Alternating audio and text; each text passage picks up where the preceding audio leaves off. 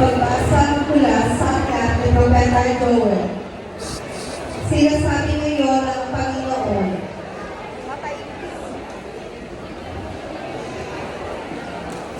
mataimtim kayo magsisi at manumbalik sa akin.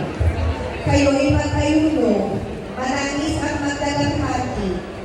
Magsisi kayo ng tao sa puso, hindi pakitang tao lamang. Magbalik loob kayo sa Panginoon ng inyong Diyos. Siya ay magandang loob at puspos ng awa, mapagpaninuhon at tapat sa kanyang pangako.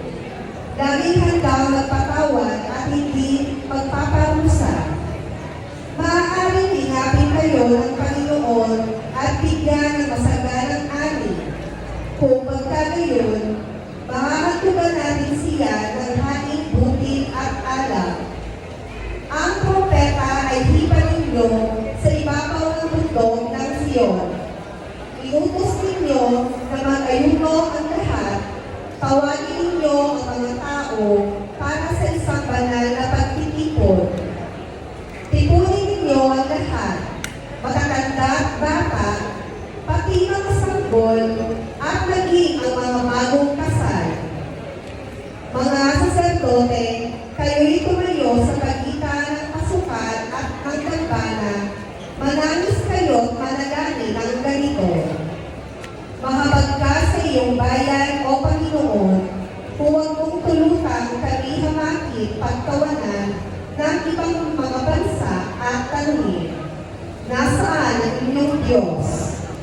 Pagkaraan ipinangalas ng Panginoon na siya'y nagmamalasakit sa kanyang bayan.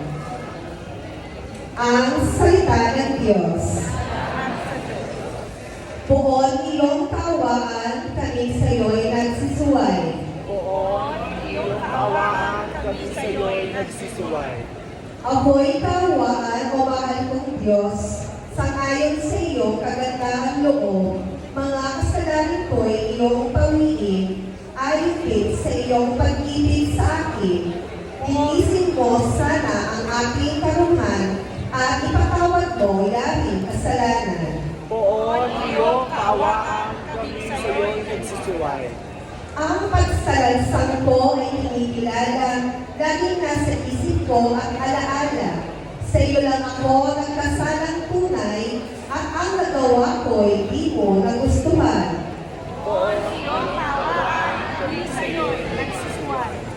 Isang pusong tapat sa ating ikain, bigyan mo, O Diyos, ng bagong damdamin.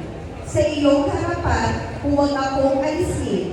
Ang Espiritu mo ang papaghaliin. Poon iyong tawaan, kami sa'yo'y nagsisuway. Ang galak na dulong ng iyong pagliligtas, ibalik at ako ay gawin mong tapat. Turuan mo akong makapagsalita at pupurihin ka sa gitna ng bagla.